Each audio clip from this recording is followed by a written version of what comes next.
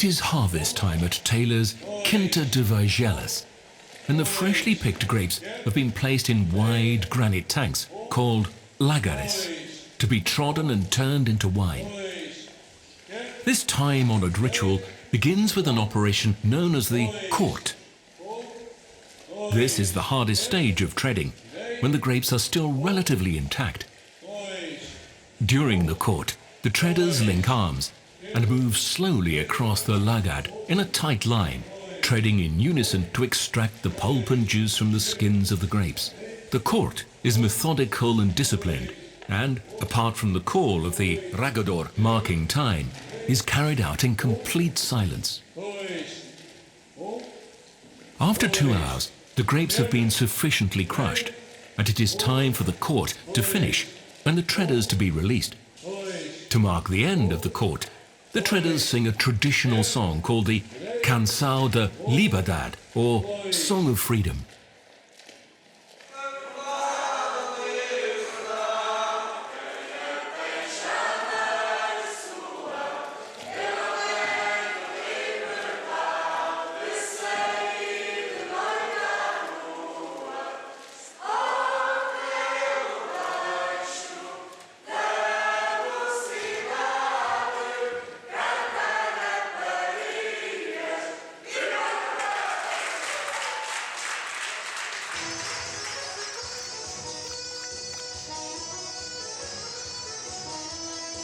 The Liberdade is the name given to the second stage of treading, when the treaders work individually, moving freely around the lagad to ensure that the grape skins are kept submerged under the surface.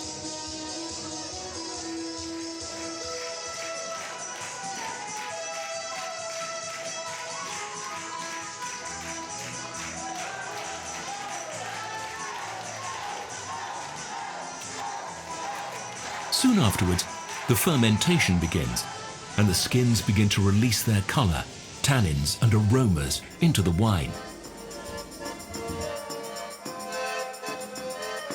The skins gradually rise to the surface, forming a thick layer, known as the cap.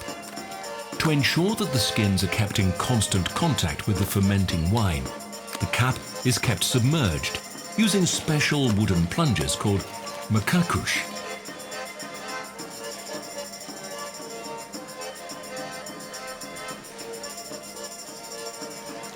Day and night, the winemaker keeps a close eye on the progress of the fermentation, carefully monitoring the amount of sweetness left in the fermenting juice.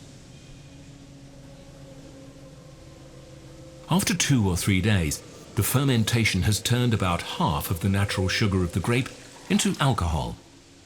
This is the moment for the wine to be fortified. The treading stops, and the skins are allowed to float to the surface. The fermenting juice is then drawn out from under the layer of skins through a sieve into a large metal tub. Here a clean, clear, fortifying spirit is added, stopping the fermentation and preserving much of the natural sweetness of the grape in the finished wine. This is the process known as fortification.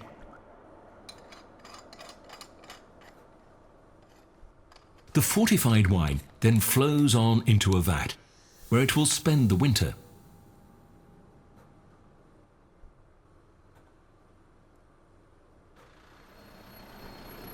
The wines of Taylor's own estates are trodden by foot in the traditional way.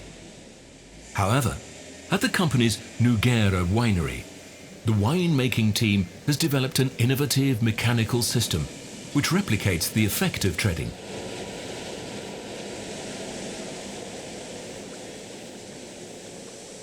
Here the skins are kept submerged and in contact with the fermenting juice by specially designed mechanical plungers, which can be programmed individually for each wine.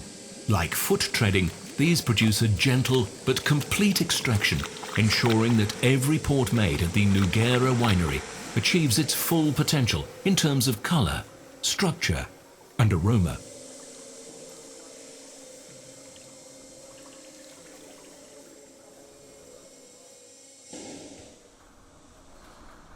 During the winter months, the wine remains at the Quinta, where it gradually falls bright.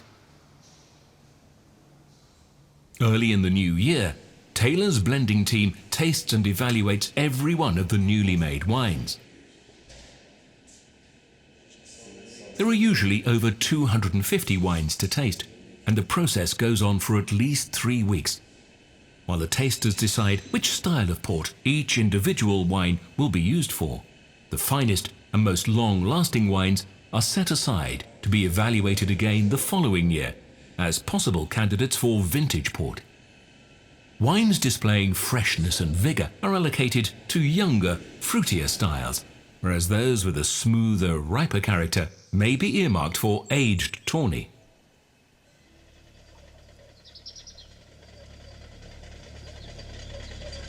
In the spring, the young wines travel down to the lodges in the Vila Nova de Gaia, opposite the city of Oporto, to be aged, blended and shipped. Until the middle of the 20th century, this journey took place in the legendary Barcos Rabelais. These extraordinary flat-bottomed craft were designed to navigate the treacherous rapids of the Douro River. Guided by their experienced crews, they carried their precious casks of port in their shallow hulls. In the 18th century, some of the larger Barcos Rabelais carried over 100 barrels, and accidents were common.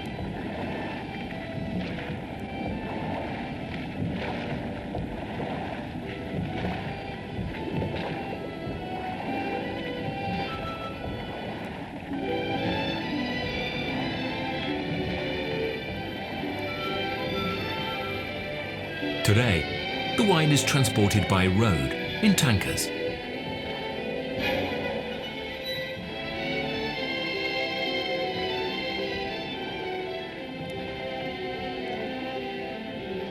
When the new wines arrive in Vila Nova de Gaia, they are unloaded into the lodges where they will mature.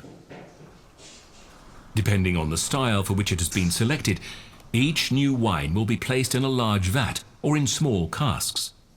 Wines earmarked for the fruitier styles, such as Reserve or LBV, are placed in large vats where there is less contact with the air, and the wine ages more slowly, preserving its youthful structure and fresh berry fruit character. Ports destined for long aging, to be bottled as aged tawnies, are placed in small casks where the greater contact with air encourages the wine to mature. The power and concentration of port, and the fact that it is fortified, means that it is able to remain in wood for much longer than other wines, gradually developing its sublime aromas and gaining in elegance and complexity with time. While the wine ages in wood, it loses some of its volume to evaporation. The part that evaporates, literally disappearing into thin air through the roof of the lodge, is known as the angel's share. The effect of this evaporation is to concentrate the wine, meaning that it becomes denser and its flavors and aromas more intense the longer it ages in wood.